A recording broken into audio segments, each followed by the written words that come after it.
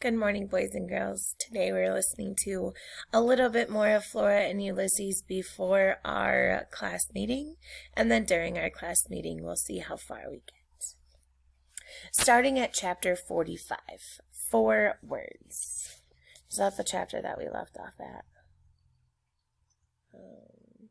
Yes. It's the truth, Flora said. You told Pop to kill Ulysses. Having denounced her mother, Flora now turned her attention to William Spifer and his betrayal. What are you even doing here, William Spifer?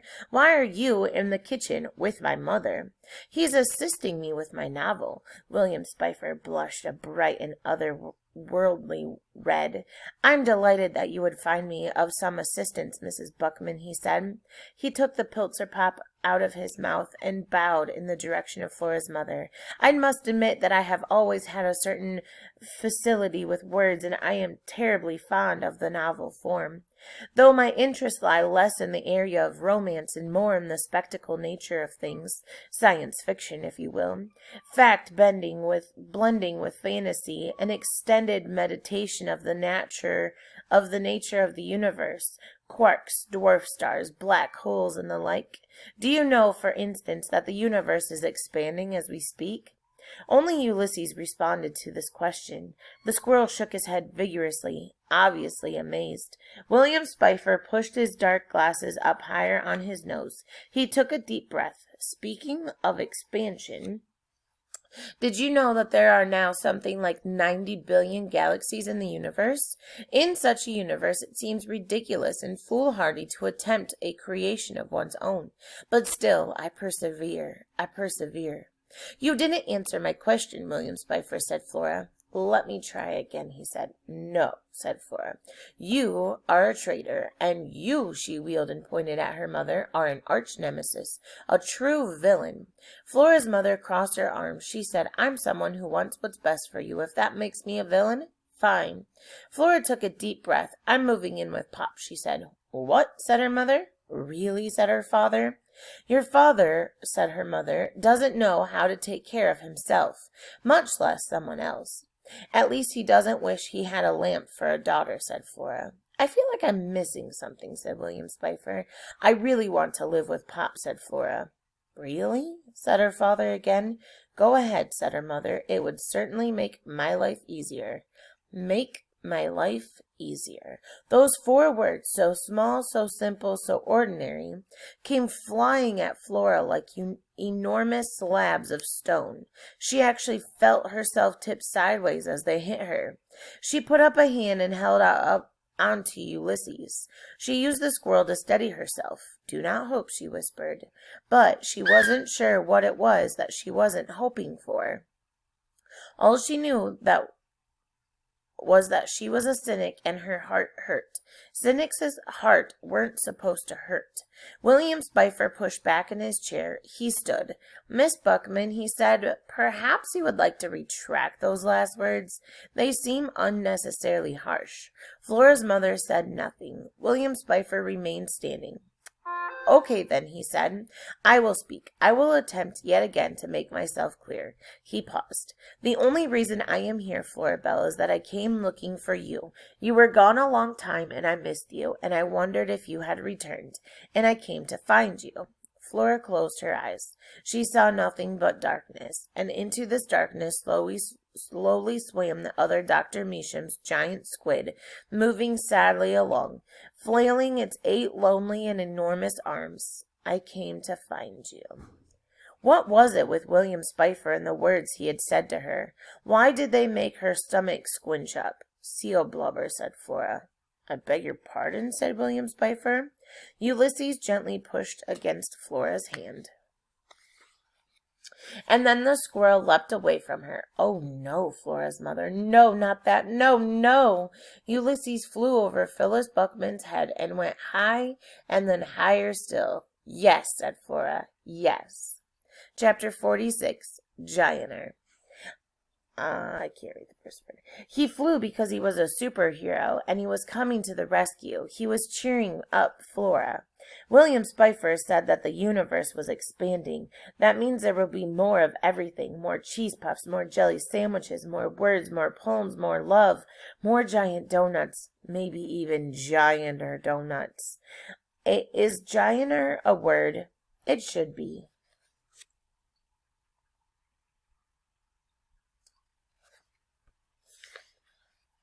Chapter 47. Flying Squirrels. Why, Flora wondered, did everything become silent when Ulysses flew?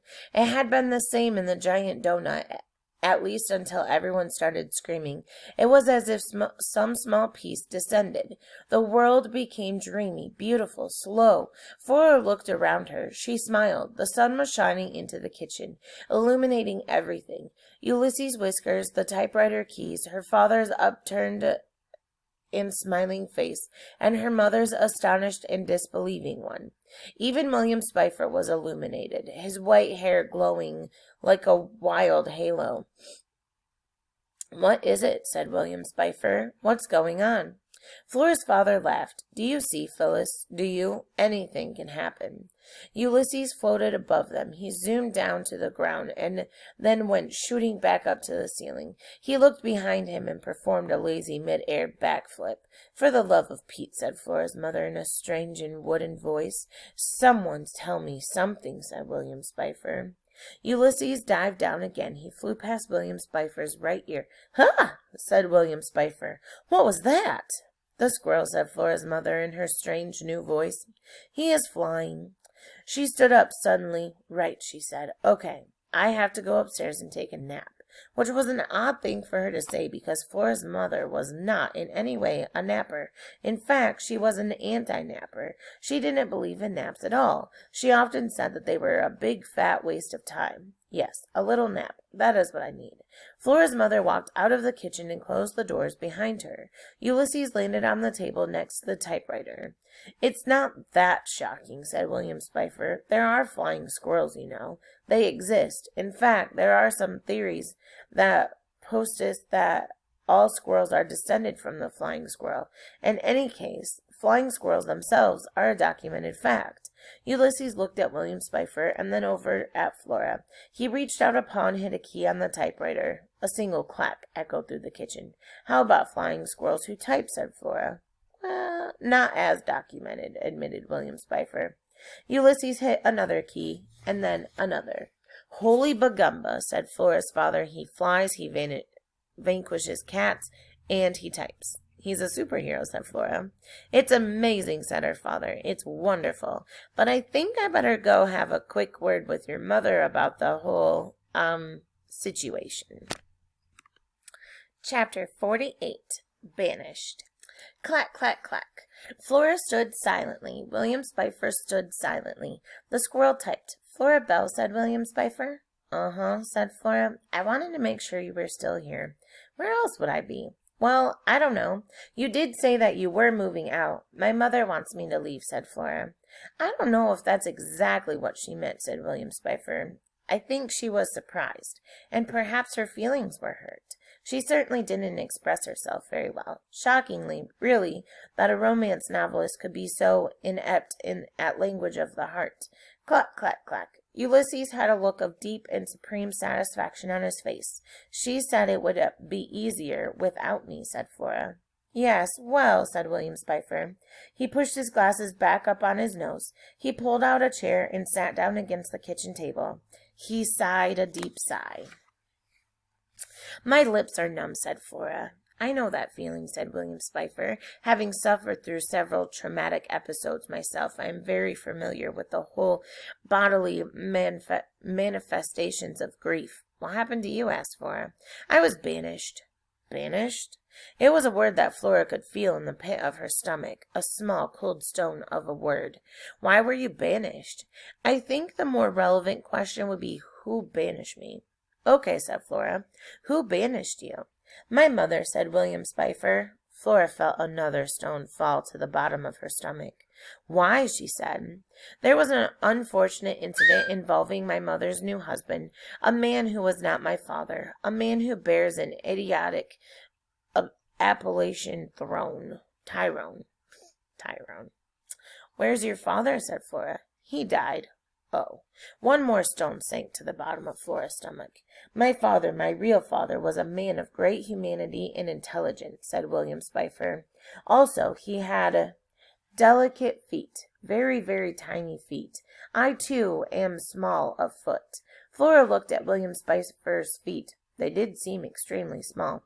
Not that that is particularly relevant information. In any case, my father was a man who could play the piano wonderfully well. He had an in-depth knowledge of astronomy. He liked to consider the stars. His name was William. But he's dead, and now my mother is married to a man named Tyrone, who does not have delicate feet, and who is supremely unaware that there are stars in the sky. The mysteries of the universe mean nothing to him. He sold my father's piano. He is a man who refuses to call me William. Instead, he refers to me as Billy.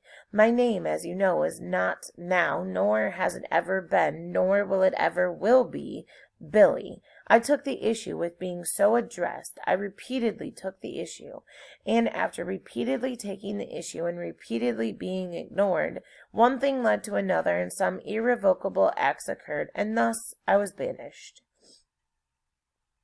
What thing led to another thing, said Flora. What irrevocable acts occurred? It's complicated, said William Spicer. I don't want to talk about it right now, but as long as we're asking each other questions of an emotionally fraught nature, why did you say that your mother wanted a lamp for a daughter? It's complicated, said Flora. I'm certain that it is, and I empathize.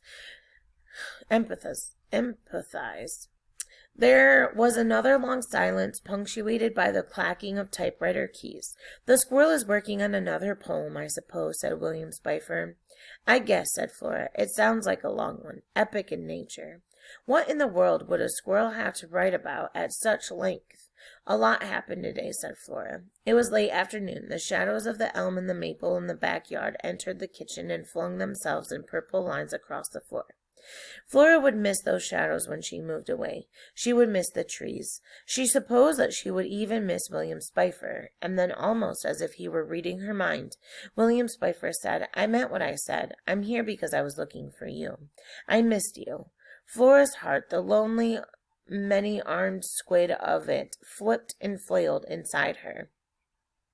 She opened her mouth to say that it didn't matter, not really, not now, but as usual, what she intended to say to William Spicer and what she said were two different things. The sentence Flora intended to say was, it doesn't matter. The sentence she said was, have you ever heard of a place called Blurmesian? Pardon me, said William Spicer. He held up his right hand. I don't mean to alarm you, but do you smell smoke? Flora sniffed. She did smell smoke. Now there was going to be a fire on top of everything else, for the love of Pete. Chapter 49. Good news, Flora. Flora's mother and father entered the kitchen together. Her mother had a cigarette in her mouth. Her mother was smoking. Her father had his arm around her mother's shoulder. This was almost as alarming as seeing her mother smoke. Her mother and father never touched anymore. Good news, Florabelle, said her father. Really, said Flora. She never believed it when someone said there was good news. In her experience, when there was good news, people just said what the good news was. If there was bad news that they wanted you to believe was good news, then they said good news. And if there was really bad news, they said good news, Florabelle. Your mother thinks that it would be wonderful to have the squirrel stay here, said her father. What, said Flora? Here with her? Where am I supposed to stay? Here, said her father, with your mother. You, your mother, and the squirrel. That's what your mother would like. Flora looked at her. Mom, she said. I would be honored, said her mother. She took a long drag on her cigarette. Her hand was trembling. Why are you smoking, said Flora. I thought you stopped smoking. It seemed like the wrong time to stop, said her mother. She squinted. I am under a lot of pressure right now. Speaking of which, I see that the squirrel is typing on my typewriter where I write. He writes poetry, said William Spicer, not fiction. Let's just have a look-see, said Flora's mother. She walked over to the typewriter and stood looking down at Ulysses, at the words on the page. Let's see what kind of poetry a squirrel types. Her voice sounded funny still, tiny and far away, as if she were speaking from the bottom of a dark well. Actually, what she sounded like was a robot, someone pretending to be human and doing a lousy job of it. I have to stop before I get